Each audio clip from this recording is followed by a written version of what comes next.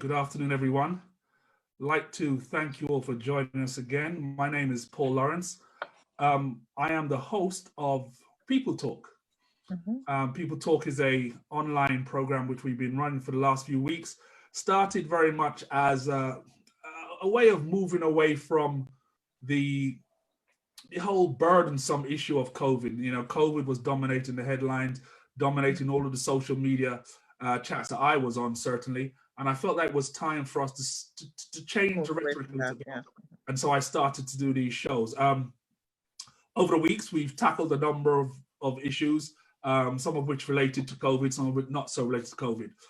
But today, I felt that it would be appropriate for us to look very much at something which has been in the headlines for the last 2 weeks from the time it was announced, and to try and unpick the sort of logic that may be applied to what we're going to talk about, and to try to get a balanced view. I'm going to admit right now that I've not been able to get a balanced view.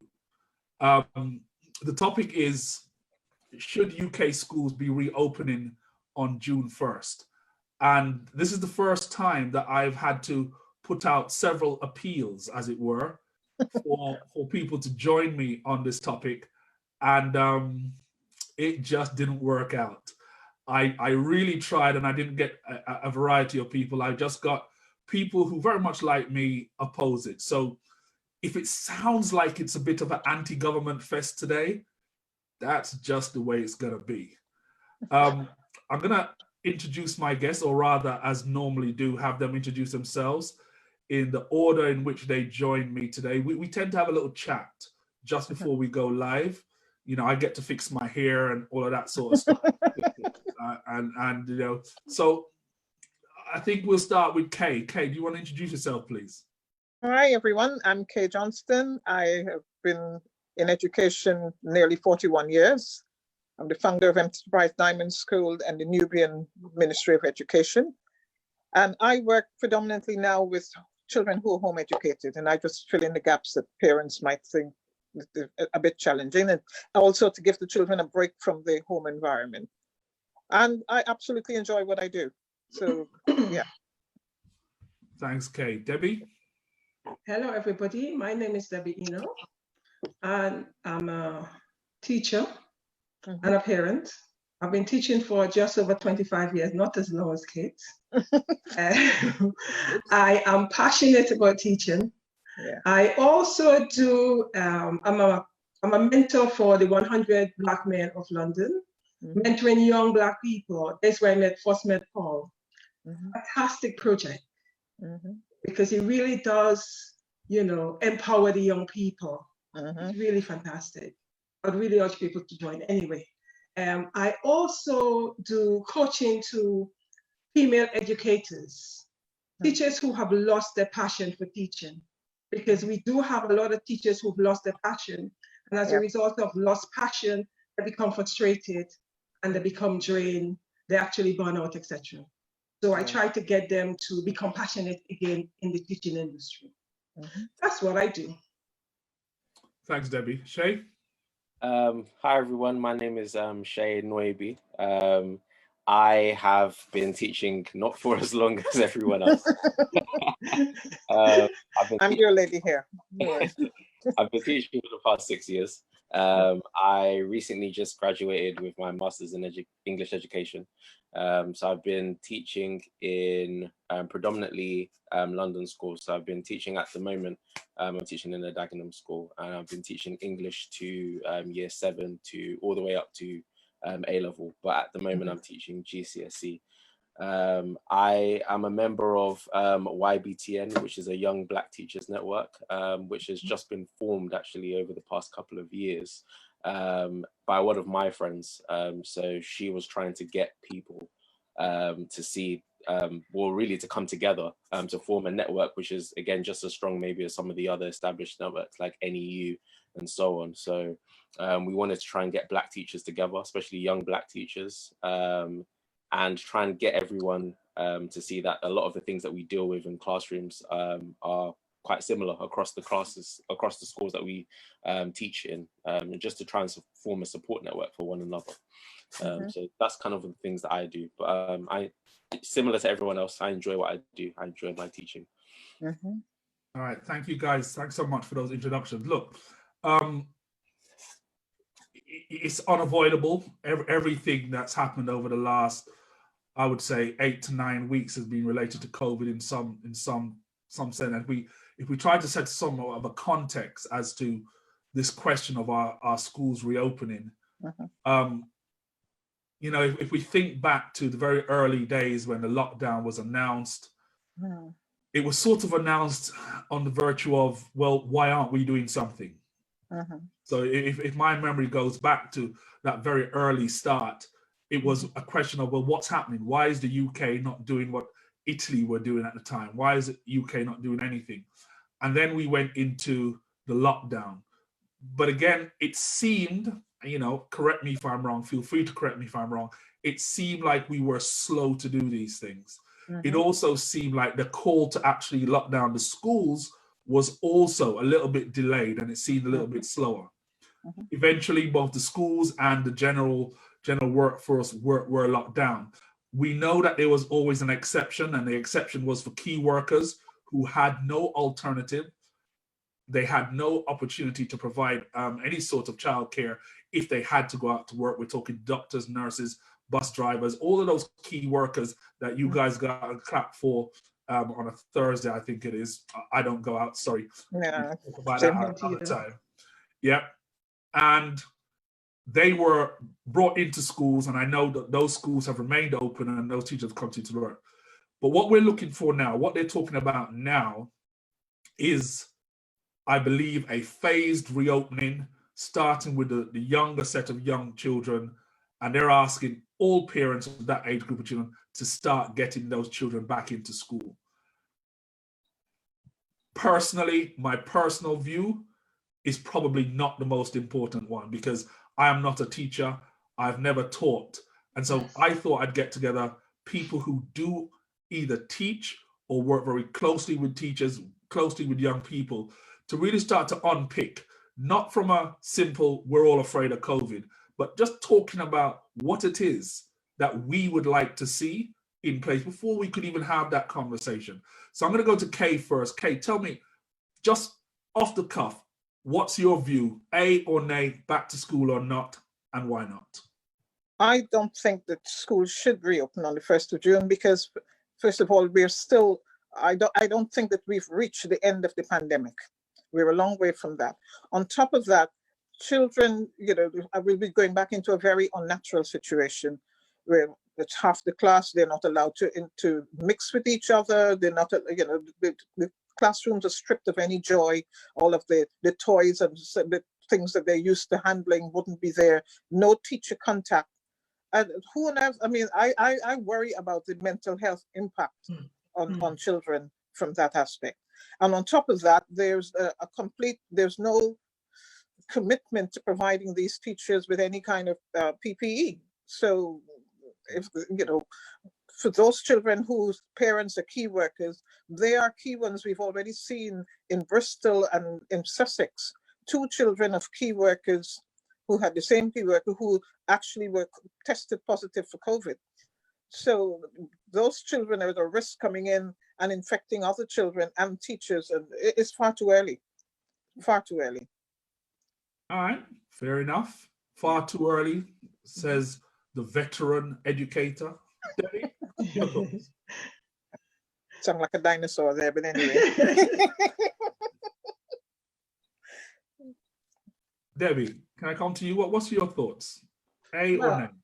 No, as a teacher and as a parent, I totally disagree with the opening on the 1st of June for a number of reasons. Debbie, just speak first just as a teacher, and we'll talk about as a parent a little bit later. As a teacher. Okay, that's fine, yeah. As a teacher, I just feel that there isn't enough strategy in place to support us when we go back to the school. Yeah, I understand in terms of, you know, distance, not so much distance, not distance, in the sense that we need to keep the children apart. Yes, I understand that. But how are we going to do that? We are so used to interacting with children. It's going to be such an unnatural situation, not being able to interact with children. You have them in a group environment. How could you not go to them to discuss what they're actually talking about? I understand the online teaching, that's another issue. But when you're in a classroom, you are tempted as a human being to go up to the children to have a discussion. And what they're saying is, no, you know, that is not realistic because of the situation. I also feel that the government have not done enough tests. They haven't done any testing in terms of let's gradually bring the school back. Because one of the things I saw a few days ago, which I threw on my page, the government is trying to model what they're doing to Denmark. However, how can you do that when you have not put anything in place and you have not been testing? Some schools have actually, like say Australian schools, because I've got some teachers on my platform, they say that actually Australia opened the school after 8 days of no new cases. In England, there's still new cases. So how could we actually be confident enough to actually go into the classroom as educators and teach when we know that there's still new cases coming on all the time? How many of the children might be a new case which we are not aware of? Yeah, I think the point about the difference between Australia, 8 days with no new cases, and it's upon that basis that they, you know, one of the factors that they used. We're not there yet. We're just not there yet. And again, both of you have already mentioned the concept about testing and about testing levels. Our testing levels are still pathetic. If you put it into any sort of decent wording, it's just pathetic. And so it just, we'll talk about this a little bit more, because I'm trying to frame in my mind, if we know this, what is it that they don't know, why they're acting this way, why they think June 1st is a good date without any sort of 8-day no cases or high testing levels. It's a bit of a mystery. Shay? Yeah. My kind of view is pretty much similar to the views that's been expressed already, but I'll articulate what I think as well. I think if we go off of how we're used to teaching on a regular day-to-day basis, the teaching is predicated on the interaction that you're going to have with the students. You can't really have the kind of organic teaching experience that you need to have in order to ensure that the kids progress to the level that they need to progress with you socially distancing. And classrooms and the classroom dynamic presents a lot of difficulties in having social distance be achieved. Because are you saying that in terms of handing out kind of textbooks, handing out paper, marking things, are we just not going to do any of those things? Are we just not going to give students kind of the resources that they actually need for that particular lesson? And if we're looking at kind of the remote systems that we've got in place now, whilst they are flawed, I think what the government probably should spend a lot of time trying to do at the moment is trying to see how we can introduce, at least for the meantime, some kind of way to blend what we're doing now and blend what actually happens in the classroom. Because just trying to force kids to go back into the classroom, it's a foreign space to them now. And it's going to become an even more foreign space to them because of the things that's going to be taken away, because of the interactions that's going to be taken away, because of the way that they're going to actually have to be ruled and governed. So now, rather than just teaching them, we're trying to govern how they're actually interacting with one another, how they're interacting with us. So unless there's something put in place to kind of mediate all of those things, so right now, all it is just, let's go back to school so that if you go back to school, everyone else can go back to work. That's what it seems like. Rather than it being a move that's actually for the best interests of the kids. You know what? It's funny you said that, Shay, because just looking into the chat, one of our regular contributors, Andrew, made exactly that point, that it does appear to be about the economy rather than anything else. It's you know, I don't want to make points where I tell them exactly what it is, but it does have that feeling, because there is no evidence that says, well, if the kids go back, they're going to be able to stay apart. You're talking about young kids who haven't seen each other for a long time. I would have thought their normal reaction would be to run over to each other. Yeah. You know, I mean, Debbie, you're in school. What age children do you work with? I work with year 8 to 9, but my predominant is the year 12, 13. You work with year 8 to 9. For those of us who are ancient like me, what does that mean in terms of actual age? I ain't got a clue what age. Okay. It's about 14, 15-year-olds. 14, I just cover those classes. I just cover them. My predominant working right now is for the A-level groups. Those okay.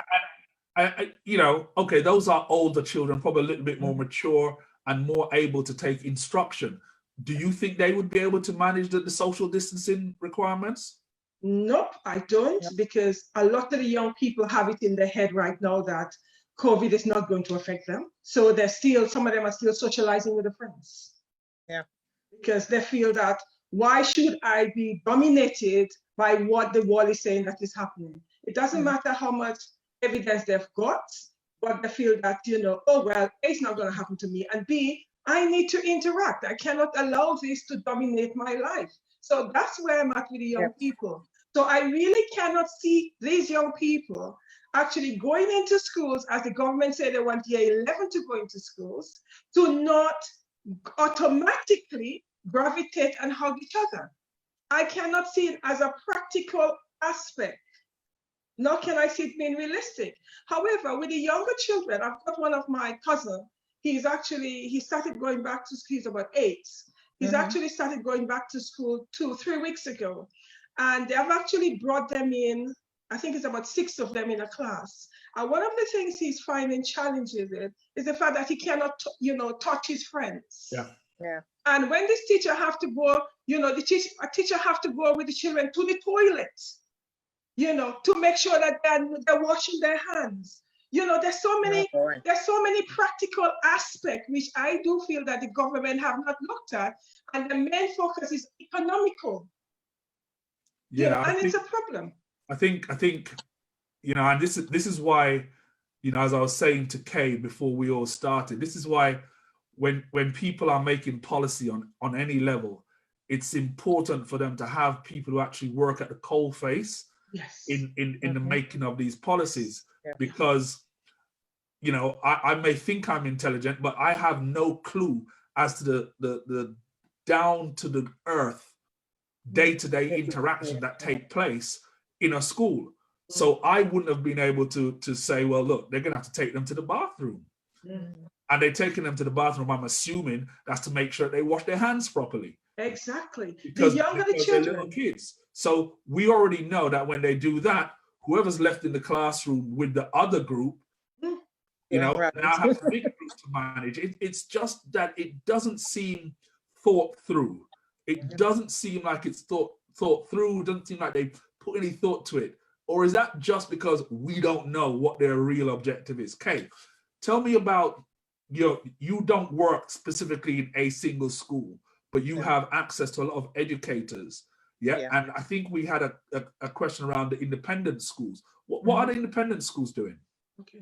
They're not going back, those that I know about, until September, because it's deemed not safe.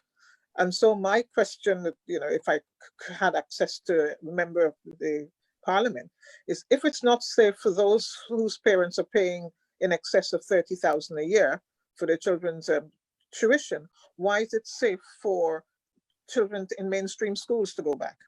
Because even with the older ones, I mean, we've got the younger children, we know they inevitably will run towards each other. But I've seen in older school, a lot of the older children greet each other with a hug. It's how they know, it's how they start their day. That happens in the playground before they even come in. So where do you start policing this?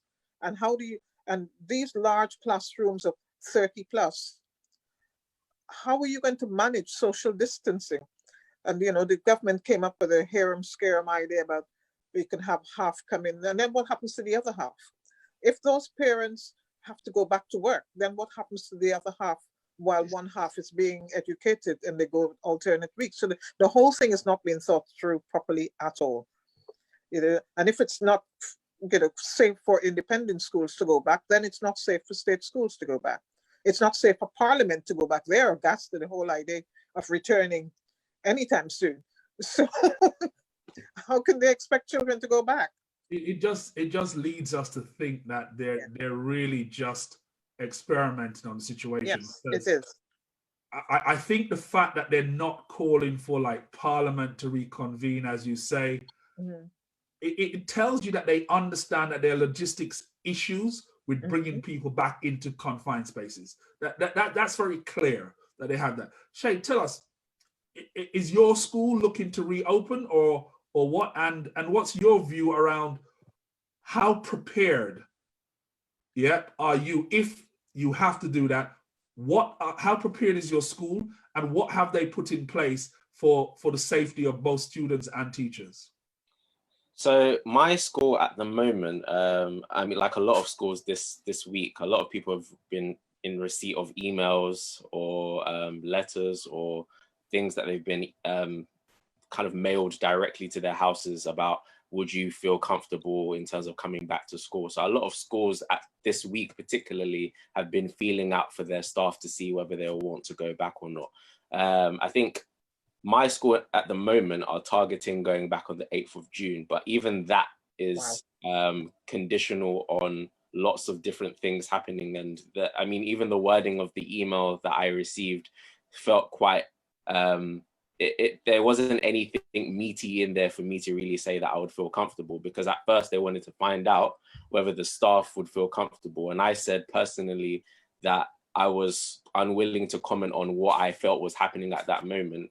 But at that same time, I said I wasn't necessarily comfortable in terms of coming back. If I kind of look at the provisions that they've put in place, there isn't actually anything that we've been told other than what the government guidance has been placed out there of what's going to happen. So they've just said class sizes, if they come back, will be 7 or less, that it will be kind of monitoring kids going to the toilet and washing their hands, that there'll be facilities for like antibacterial wipes and so on and so on. But really, there isn't anything tangible that I can say feels or inspires a lot of the staff with confidence about going back. But at the moment, it's still with only year 1 and the early foundation years that they're slated to go back, and year 6. Those are the 3 year groups that I know that they're saying 8th of June if everything goes to plan, but they're still basing it on successful track and trace. But that will only have been piloted for a week if we go back on the 8th of June, if we go back based on what the government have said. So I think it's not really making anyone feel confident or reassured, because we've got a very large number of ethnic minority groups, or BAME, within my school. So those groups, again, if we look at what's been kind of put out there, they're 4 times more likely or 4 times more at risk. So nothing's been said about PPE, nothing's been said about kind of what we're going to be doing on our day-to-day, nothing's been said about how the week is going to run. It's just all kind of provisional language that's been placed out there, but you can't do anything with provisional language. Yeah.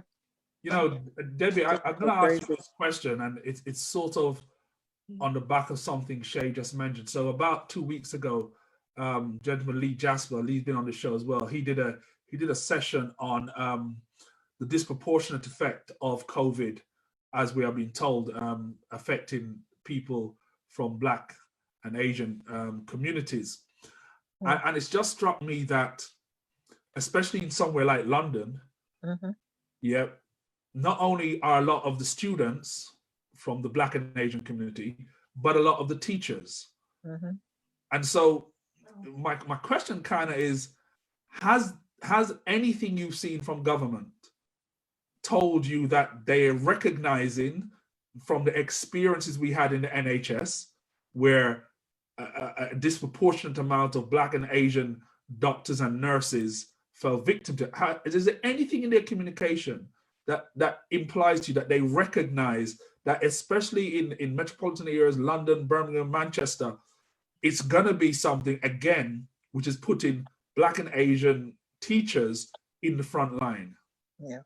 No, there isn't anything. I just feel that the government actually ignore that issue. You know, yes, they've had it, but in terms of being proactive within the education sector, that have not been done. You know, not any piece of information I've got either from my child's school or from, you know, my teaching aspect have said, okay, we recognize that this group are predominantly more prone to it for whatever reason. So therefore, these are some of the precautionary measures. There aren't any. So as much as it gone through their ears, they have not really proactively taken it on board. Because as we know, in some of the schools I have worked in London, have been 90%. I've worked in a school in London, 90% was ethnic minority. Yeah. So you're getting this from both sides. Tell me, is there a difference in the information as a teacher that you're getting versus the information you get as a parent? Because obviously you should be getting some sort of data or some information from your child's school, but you'll also be getting information from your school. Do the two kind of make sense? Do they kind of add up and say, yep, there's some sort of a strategy there, or is it just winging a prayer? Well, it's like a we're gonna pray. But the interesting thing about it from my child's school, the letter I got from the school was really interesting, because one of the things the head teacher said, as much as we are aware that the school need to be open on the 1st of June, however, we are still waiting on what the union are saying, because we know the union are in, you know, not even communication with the government. So therefore, they are actually, my child's school is actually waiting on information what the union is saying, because there seems to be more predominantly focus and have more confidence in what the union has to say. Because as we are aware that there is the debate going on between the union and the government, whether or not schools should be open. You know, so a lot of schools are actually seeing that as, well, the government says that, but we still have to wait to hear what the union is saying. So as a parent, and I want to go a bit deeper on this, as a parent, has any communications either from the school or government, you know, we talked about the teachers not having any PPE and so on, but have they told you anything about the safety of your child? Has anything been any emphasis on what they're putting in place beyond this attempt to social on your child? Because if I'm a parent and I'm sending my son down to the shop, I'm thinking about his security. Yeah. Now, if I've just spent 9-10 weeks being told stay at home, stay at home, stay at home, you know, my name's not Dominic Cummings, so I stayed at home. Yeah. What I'm trying to understand is, when you change that rhetoric from stay at home, stay at home, stay at home, what have they said to you as a parent that makes you feel, okay, we can go? Have they said something? No, there isn't anything in the letter from the school that have said that, although my child is not one of the group that will be going back, but the letter was generic. There was nothing in the letter which actually said that, okay, well, we are confident enough. In the letter, it clearly shows that they were not confident enough to bring in the children. All they're saying that we are going to follow the government guideline, you know, in terms of things like that. But I haven't said, okay, we are definitely sure this is what's happening. There's no definite. You know, that's the thing about it. And some parents I've spoken to whose children is in that age group to go back, they're not interested in the child going back to school, because there have not been enough strategy in place. Because the school haven't got anything different. The government haven't given them any extra money to say, okay, you know, here is some money to do X, Y, Z to ensure that it is a safe return. There isn't any of that. Mm-hmm. Yeah, that's a point which I was going to come to Kay about, because, you know, all of the businesses, so if you walk around, if you go out onto your local high street to buy something to the likes of Sainsbury's, Tesco's, you can see that they've had to spend a lot of money in order to make sure that their staff and that their customers can remain as safe as possible without them having to shut down entirely. Yeah. I find it a little bit odd that no such thing has been thought about for teachers. We know that because of the nature of the NHS work, that's why PPE was always such a massive issue. You can't put up plastic perspex in a hospital. But I would have thought that the same sort of thought pattern would have to go into our teachers as well, because they are going to be exposed just as much as the person in Tesco's, the person in Sainsbury's. And nothing. Kay, what were you thinking? I mean, I'm going to go back to the point you raised about earlier about the fact that not just in the NHS, but they're also in the teaching profession. A lot of them are from Black and Asian descent.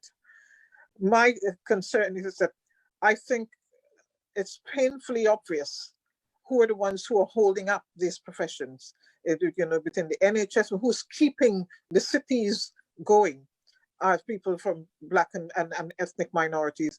And so we've seen perhaps this government is easily dispensable. The fact that over 300 have died in the NHS doesn't ring any alarm bells. It's either that or they're so completely out of touch with what's going on in education that they're unaware of the ethnicities and the backgrounds from which these children come.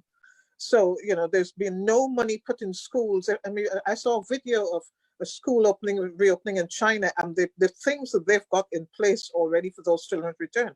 There's no extra money being put for hand washing facilities, I mean, portable sinks or anything like that. There's no sanitizing strategy that's put in place. Everything is left to teachers to supervise washing. You know, you can't have a queue of children. You know, you've got 100 children standing in a queue 2 meters apart, queuing to go and wash their hands and back out again. By the time that's finished, you know, when do you have the time to teach? So there's no money. We've got schools that are on their knees with not having basic equipment and absolutely nothing. This government has now had 8 weeks to put things in place and absolutely nothing, because they've got this obsession with, children at home have been losing out and they need to come back into school to be assessed, etc., and to see how we can bridge that attainment gap. As far as I'm concerned, that's not important. The fact is, until it is made clear to the government that the schools will go back, when the same measures that are being put into the private sector are putting in place for their staff is put in school for teachers and for children, we've got nothing to talk about. You know, and I think the unions have got to, you know, and the teachers and the heads have got to come up with this and let the message be sent to Westminster quite clearly that they've got to put their money in to ensure safety, or there's going to be nothing happening. You see, it's you know, the more we talk about this, is the more it just seems it's inescapable for us to conclude that there's more going on. Because if you send the children back to school, and this is what's going through my head, if you send the children back to school, then the parents no longer have a valid reason to stay home. Because one of the big reasons why children parents actually were staying at home because they couldn't have childcare, they didn't have anywhere else, so you had to do that. But if you remove that, and you know, a lot of people already take school as a childcare facility, and you've got the children out and the parents are at home, you can now justifiably say, well, look, you can go back to work. And I think that's where we're really heading towards. Yeah, I think they're really heading towards that. But Shay, let me ask you a question. What happens 1st of June, 8th of June? The union representation has been futile. Government said, you guys are going back to school. You've seen no PPE. You've seen no increase in PPE.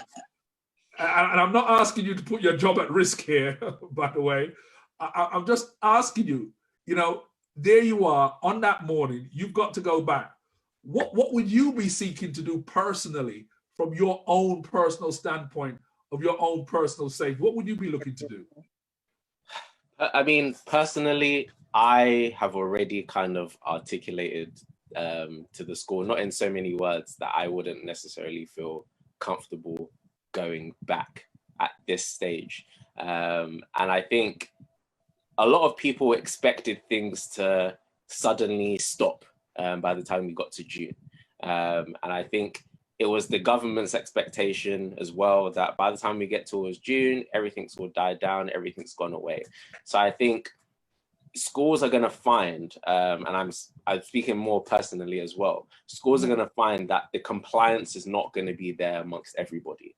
And I mean, regardless of the feelings that we all personally have for our students, like I love a lot of the classes that I've got, And of course, I want them to do well. Of course, I came into this job for that very reason.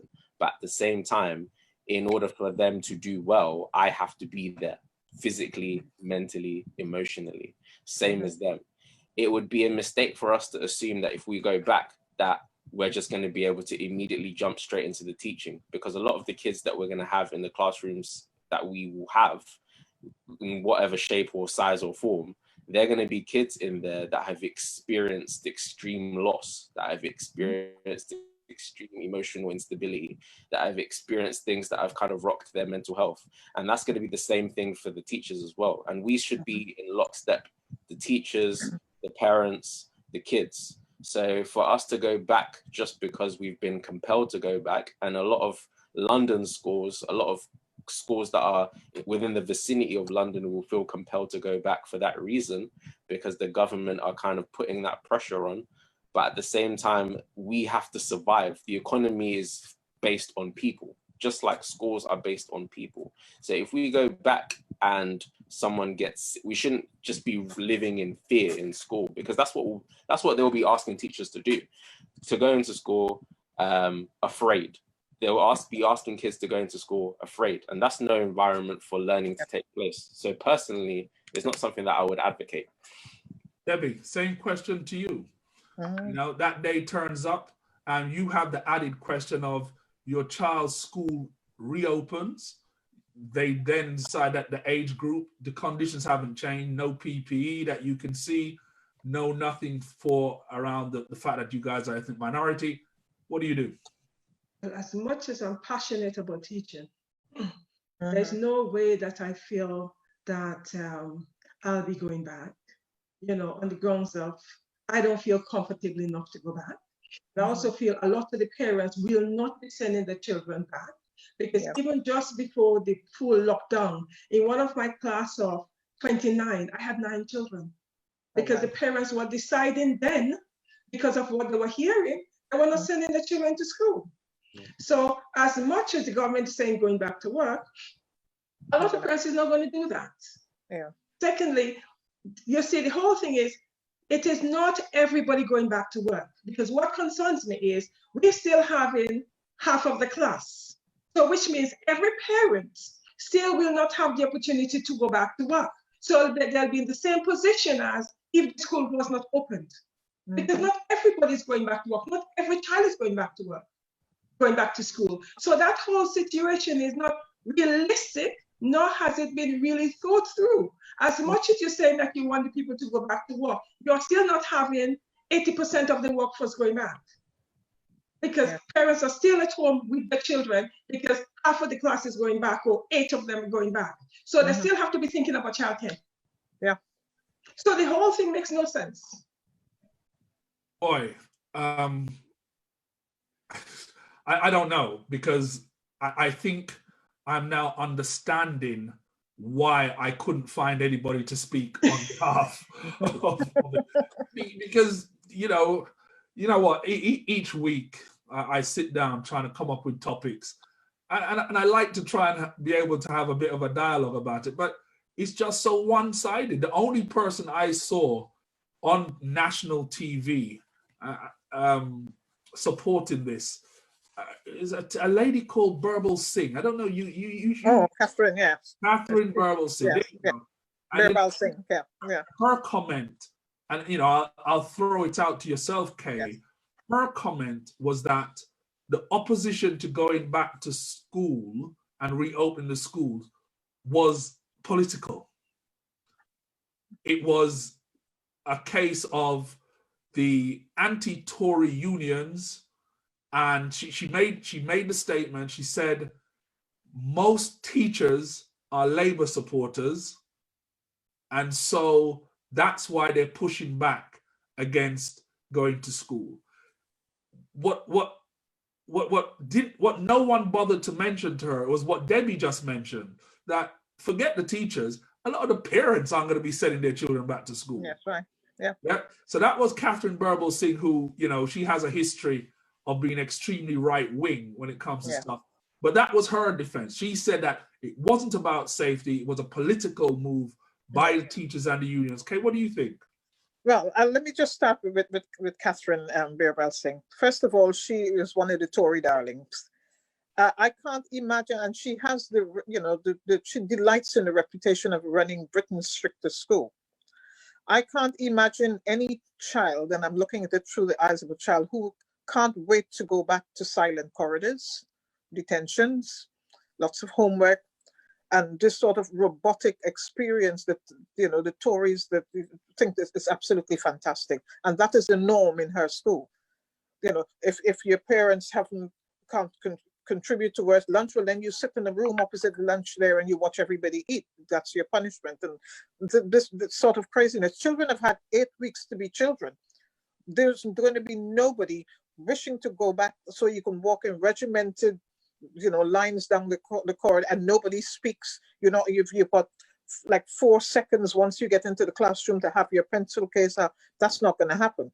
What I can see arising out of this is a rise in children who are being home educated, because a lot of parents now have begun to understand how their children work and what is their preferred way of being taught. And so, they will find their way. And for me, I'm a great advocate now because of home education. I used to do that show on UJR on home education. I can see a rise of that happening because parents are not comfortable with sending their children back into those large environments. I've been advocating for years with DFE that class sizes were far too large. You can't do proper wraparound care, with classes of 29, 30. In some schools, they're actually 35.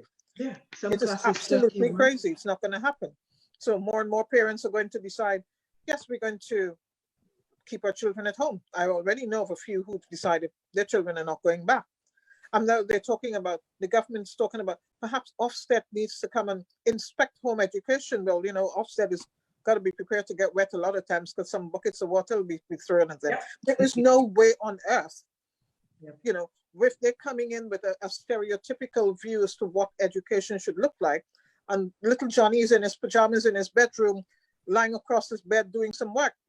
Who decides what education should look like? So I can see, come September, a lot of children will be educated at home by their parents, any old how, but they will get there.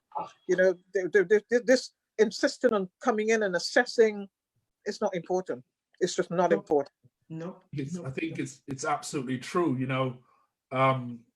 Right across the spectrum of organizations, businesses, whatever you want to call it, I think people are coming to grips with the fact that there will be no so-called return to normal. Yep. There is no such thing as normal that's going to return. And one of the things that I'm noticing very much, there's a young lady, Joy, who comments on my page quite frequently. People are starting to say to themselves, well, look, okay, I ain't going back to the city. I ain't going back to taking the underground 24/7. A lot of the business owners, the CEOs are saying, actually, my teams are performing fine, working by teams. So I'm going to reduce how much I pay for that expensive floor space in the city. Bosses are now being comfortable with seeing little kids run behind their employees on a Zoom. We don't bat an eyelid anymore when we're having a conference call with the CEO. And he's got his kids, doing crayons on his head. No one's that. So what you're saying, Kay, about homeschooling, a lot of parents are now saying, well, okay, I can do this. Yeah, I can do this. I can see the benefits of me doing this. And I know, Kay, you and I met at that homeschooling conference held by Cheryl Phoenix. Yeah.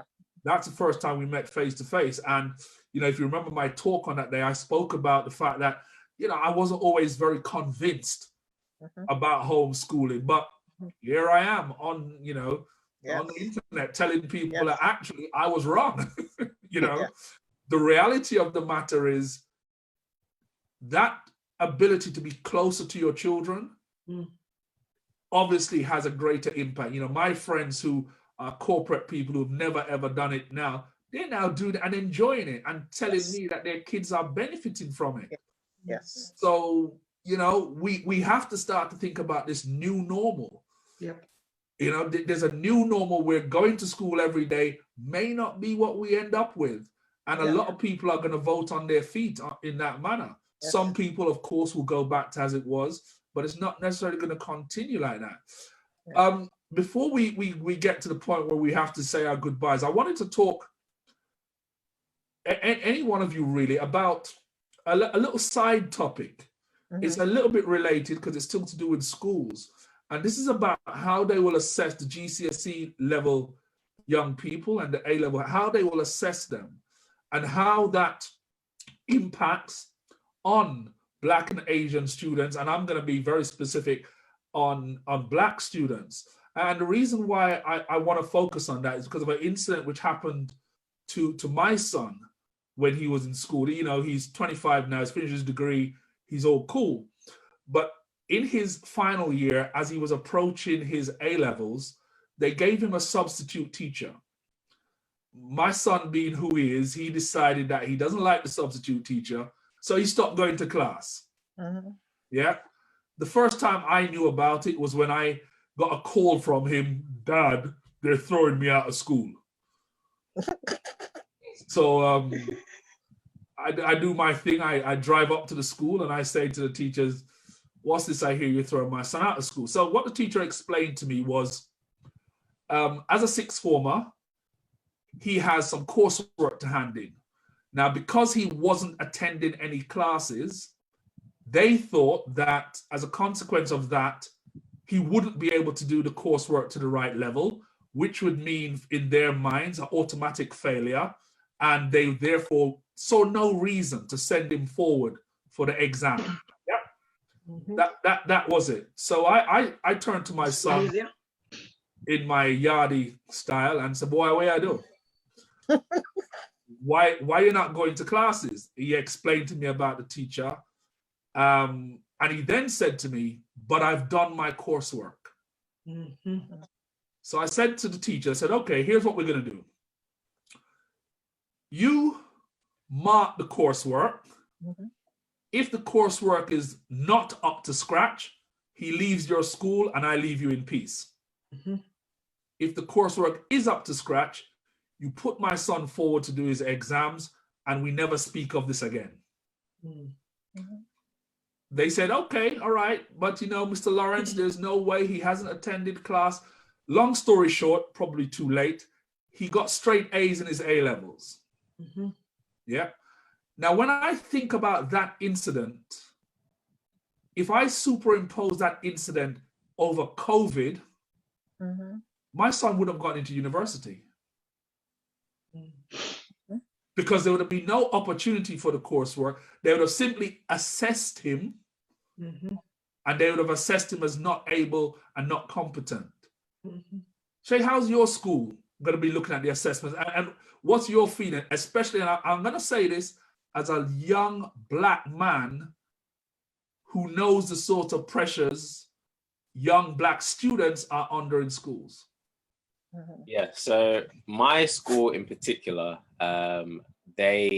I mean, at the moment, it still seems that we're going to be focusing on the exam for next academic year. So, but English in particular, if I just talk about GCSE before I comment on A-level, at the GCSE level, most of the assessments now are exams. So the days of coursework predominantly are gone for the majority of subjects. So that in itself is an additional pressure that kids now, like if the kids next year had to deal with what they're dealing with now, it's going to essentially result in the same thing. You cannot remove teacher bias really from assessing kind of students. You try as much as you can, but if it's just based on the teacher assessment, it's inherently flawed. And I think what we've seen this year has really kind of shone a light for me, and it's highlighted my experience, which is very similar, not in exactly the same way as the story that you said about your son.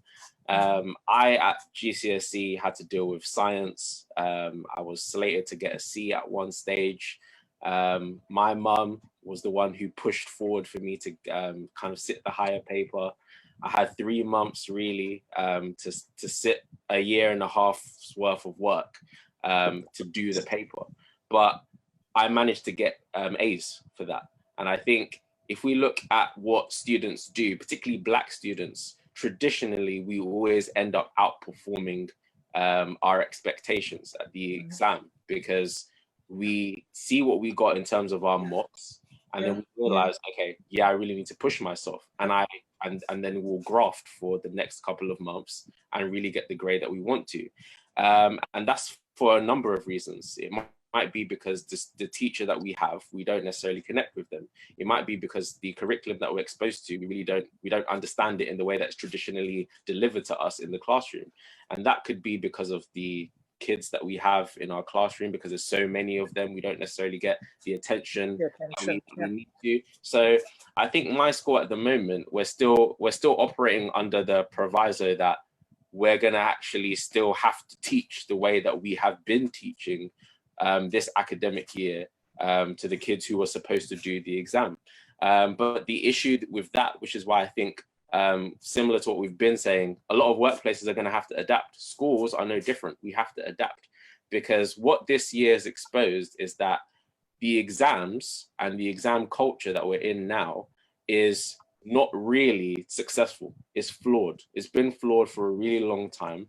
And if we look at the students who are being exposed to that exam system, let's forget about what they're being taught, which is kind of white, predominantly kind of things that they're being taught in their lessons. A lot of the things that they're going to take from that are not to do with their experience as students, not to do with their experience as people, not to do with their culture at all.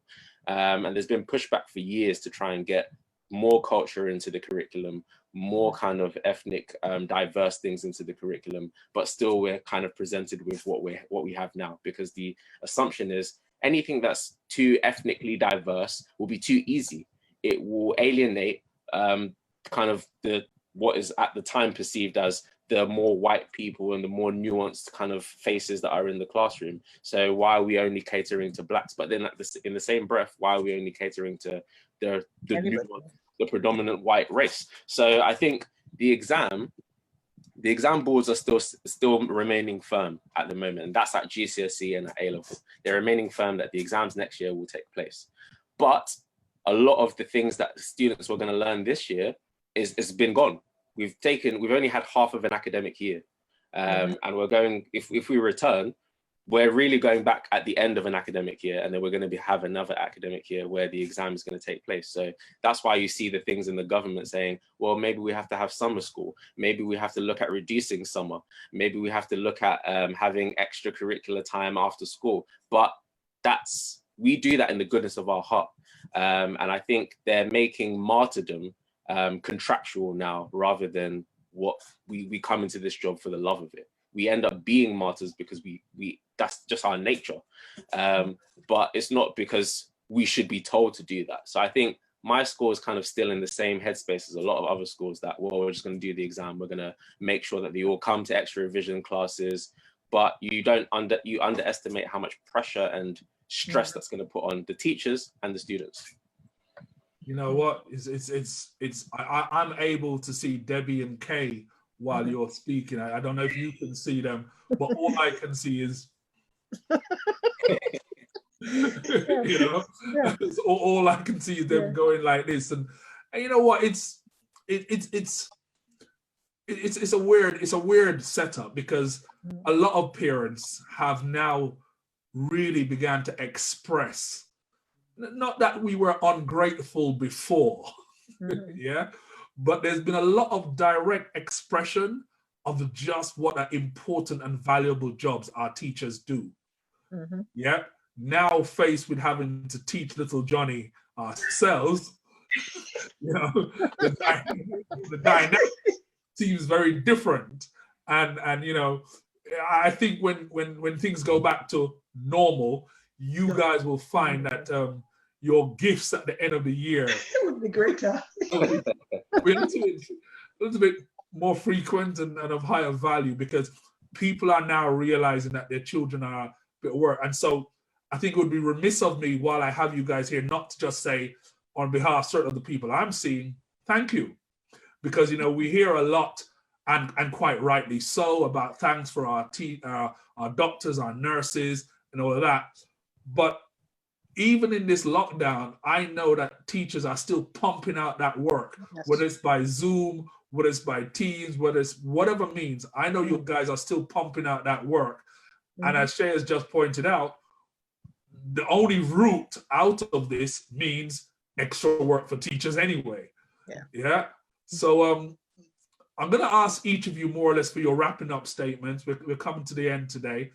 And I guess I'd like you guys to briefly reflect upon what next. Yeah. What if the command comes and it says, yep, we're back to school. How does it affect you? How does it affect your students? And what's the best outcome that you would like to see? What for you is the signal that you're ready to go back to school? You can pick any part out of that question and answer it. What does ready look like to you? Kay? Well, for my situation is slightly different because I work independently. However, what I would like to see is a shift in mindset that attainment has to be linked to a certain age. And, this has to come from government level and also in school level, so that you there's no magic trigger that says at 14, this is what you should be learning. At 16, this should not be learned. So from September, I would like to see the year start again. So for those children who are in year 10, who are supposed to go into year 11, it doesn't matter that they're going to be 16 next year. That's neither here nor there. They need to repeat year 10 because even not everybody's got access to Zoom or the internet at home. So there will be at different stages. It's not a case of just taking off from where last week's Zoom lesson took off. And I think realistically, if things go back to normal, whatever that is, they need to start the year again so that the children would be taking, if they insist on these ridiculous examinations, they will be taking it at 17, and it doesn't matter. But, and that message has got to be clear throughout. For myself, I'm not starting until September, working with my students. I mean, I'm in constant contact, but as far as I'm concerned, using this time to learn other skills that are going to set them up for life, learn how to make do, how to, do things, that are life skills around the house, and to appreciate just being in the now. Because nobody's going to forget 2020 as far as I'm concerned. It's been the strangest year, certainly of my life, and I've lived several decades. But, much less for these children, so they're never going to forget it. But for me, because I work, I am a great advocate for small group work, I have the chance where I can practice total wraparound care. It's going to be an absolute nightmare for those in schools. But then I should hope, as I said, they get out of this mindset that this has to be learned by this. And, for those schools, and I'm not going to name any names, but I'm well aware of which schools they are, where everybody, it doesn't matter which, they've got a string of academies and they're all doing the same thing at the same time, and across the schools. That's just crazy. That has to go. You've got to throw that out of the window, and it's just helping those children to heal. 3 of my ex-pupils have lost their mom to COVID, and how you help those children to heal. And for teachers, they've got to learn to heal as well. So it's a massive healing process that, when schools come together, it's not a case of, education. Healing is part of the education. Education is not just the academic. It's the social, it's the emotional, it's the everything, the psychological, and getting everybody into a happy space until you get that, it is no point trying to push the academics down. It will not work because you will have children who will fight back. Children develop at different rates, and they need time. The fact that this one might have adapted quite well, it doesn't mean that there's another child in the same class would have adapted as well. And so we have all of these issues to deal with. And I mean, I really do feel for those of you who are going back into mainstream schools, I've turned my back on that. There's never, ever, ever going to go back to that again. So, yes, just good luck. But I mean, just get out. If for those of you going back into schools, if you can get it through to your senior leadership teams that they've got to get out of this mindset of what children ought to be doing according to their age, and let them develop. Because what's happening at home now is that children are working to their preferred lifestyles, their preferred way of learning, and that has to continue. And I think this is something that teachers need to take into effect and need to have effective dialogue with parents as to what worked at home. Let's continue that. If you want to have their children happy in school, this is how he or she prefers learning. Let's see how we can make it work. And that's it really for me. Debbie? Yes, hi. Although I agree with some aspect of what Kate is saying, one of the things in terms of saying that they all have to go back, etc., is going to cause a massive problem. Yes. It's the same style that we do in the Caribbean, whereby you don't progress until it is satisfied that you're able to complete. You know, that's fine. I agree with that to an extent, but realistically, it's not going to work because of, you know, what do you do with the children who were just coming in, who had to come in, etc. You know, things like that. Right, that's one of the aspects. Another thing that really crossed my mind, before COVID, when you're actually teaching, you first of all have to sort out the children's mental state. Because a lot of times you realize that you are teaching, because my background is psychology. So a lot of time I'm going to teach whatever subject I'm teaching, and I realize that I cannot really teach. I first of all have to sort out the mental baggage, which a lot of the children come to me with. Yeah. Right. So that is even before COVID. Could you imagine when they actually come to us right now, right? After this situation that they've just been experiencing, a lot of us teachers would have to ensure that we're able to unpack the mental aspect before we are able to teach them. Because as Kate said, a lot of them have had loss in the family, etc. So those are the things they probably want to talk about. Yeah. Right. And I have not seen that the government say, okay, we will have to increase support for mental well-being in schools before we actually say, let's take them through academically. Yeah. Because we cannot get through a child academically until we get to them on a psychological basis. Yes, my experience as a teacher and as background in psychology. And there is no point that I've had the government say that, okay, we need to put some money or we need to put more support for the mental well-being of both teachers and students. It is okay talking about the academic progression, etc. We're not going to get that unless we actually deal with the mental aspect of the teachers and the children, because that's a big thing. Too often that is completely forgotten. But as teachers in the classroom, we are actually dealing with the mental aspect of a child before we are able to teach the child academically. And many times my lesson plan has to be thrown aside for me to deal with this whole child, you know, before I'm able to take them forward. So that's one of my big aspects of me going back. Whenever the government is saying we're going back, the mental aspect of that child needs to be looked at. And nobody's actually thinking about that. All they're thinking about, the economy, etc., or things like that. It's about the mental aspect of that child and that teacher. Yep. You know, so I don't know what to say beyond wow, because what you both have been saying so far has really been echoed in the comments under the video that's on Facebook. You know what? It just makes me wonder if it is so apparent to you, if it is so apparent to everybody who seems to be commenting, why isn't it apparent to them? You know, I always use this phrase where I don't like to feel that I'm ever the smartest person in the room. So I never assume that I'm the smartest person in the room. So if I get it, you get it, Kay gets it, Shay gets it, what's going on? You know, what's going on? Shay, your closing points. I mean, I completely agree with most of what's been said already, but I will add as well.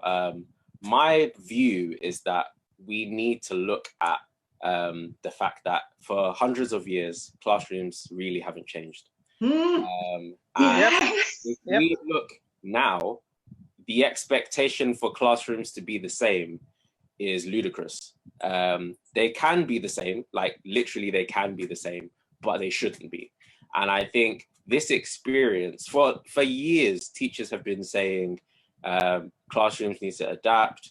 We need to look at what the resources that we've got. We shouldn't have to just be so exam orientated. And now we have the perfect opportunity really for us to take stock and reflect and to actually utilize the resources we have at our disposal. We've got things that students can learn using remotely. We've got all the different advances technologically that we have at our disposal now that we can use and introduce to the classroom. The way that we actually administer education right now is we pack in as many kids as we can into our classroom. Yep. We try and make sure that we can throw them as many resources as possible and let's all pass the exam.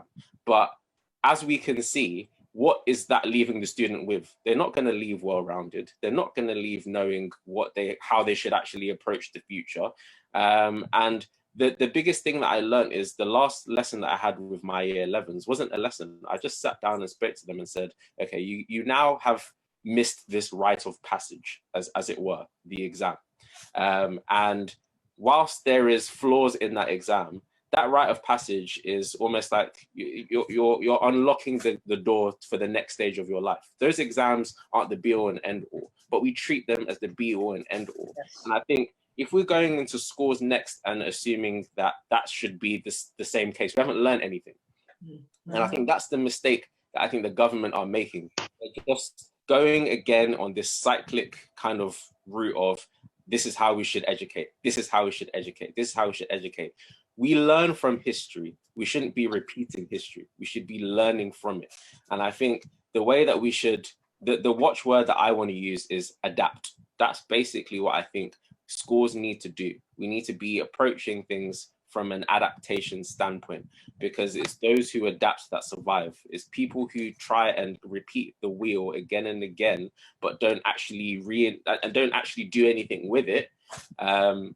That really just fall by the wayside. And that's essentially what we're doing to these kids. We're doing them a disservice. Mm-hmm. We don't really try and utilize, I think Kay said this as well, and I think Debbie alluded to this even more. We actually have to look at what the kids are bringing back to the classroom. Yes. They're not going to come back the same. Mm-hmm. Really, they've endured mental hardships, emotional hardships, physical hardships. They're coming back to the classroom, and we have to try and really mold them to become better versions of themselves. But they can't get there unless we actually look at what did you learn at home and how was that for you? And how can I actually use that to unlock your full potential? Because that's what school is. It's about unlocking the kid's potential rather than trying to get the kids to pass. And I think for years, unlocking potential and getting them to pass has been misconstrued, and it's been flipped and reversed the wrong way around, rather than we need to cater to the kids rather than cater to the exam board. That's what I think. If we get to that stage in our learning and the government's learning, I think that's when we'll be ready to take education to the next step. But I don't think we're going to get there until people start really looking inwardly and think, okay, we can't do things the same way. We now need to do things differently now. That's why I've broken away. I've got that. Yeah. And that's why it's worked for me, because I broke. And I'm just going to want to wrap up quickly at a point that you raised. Until we have people in government who have had our experience, because they don't forget, a lot of schools are owned by wealthy white businessmen. It's just about bums on seats. It's just a money pit, and that's all schools are. And their concern of clawing back children into school quickly is that they would lose that, because less kids in school, less money, etc. And that's all it is. It's just a way of generating. But if they have people who have been head teachers or teachers for a very long time, they would begin to be a little more empathy as to how schools are run. They don't forget, these people were all privately educated a long time ago. They'd have no understanding of what it is like to come from an ordinary background and to go to an ordinary school. And so there's no empathy. It's all about bums on seats equals revenue. I am lucky that I've walked away from it and I can please myself, and I do, and what it actually works. But what it's going to take is more people having the courage to do what I've done. I mean, we don't have the time, and I'm not going to go into that on air, but more people need to have the courage to do what I've done and just walk with it and do your own. Because when you do that wraparound care, you see, the wraparound care is not just around the child, it's around the family. You can have a young child, a child who comes in with an issue, and as soon as they come in, you can read their face like a book. So, okay. And then you bring in the parent, and you do a healing session between, you know, the child, the parent, and then you bring them together. And then, you know, that is what works. And then you can educate the whole child. You can educate the parent, and you've got, that's what learning and growing is all about. Yeah. It's not something that you can do in isolation, and they just don't get it. I had to walk away from the system to see that that is what has been, you know, and I'm actually horrified when I look back at the years that I've spent and think, you didn't see it that way before. You know, with this, yes, unless more people, more of us take the courage and walk away, decide that this is not working, we need to be doing, and you don't have to look at huge establishments to make it work. Mine is tiny and I love it, you know, and that's how that's got to be the way forward. But particularly for our children, that's what we're going to have to do. And I do worry about what's going to happen in September for the majority of our children going back, and how they're going to cope. And this ridiculous testing according to age, and what you ought to be doing at the age of 4, the age of 10, the age, that's just crazy. It's got to go. It's got to go. Yeah. It's not important. The important thing for us, and you know, before I forget, I want to thank you guys for joining me. I think the important thing for us is that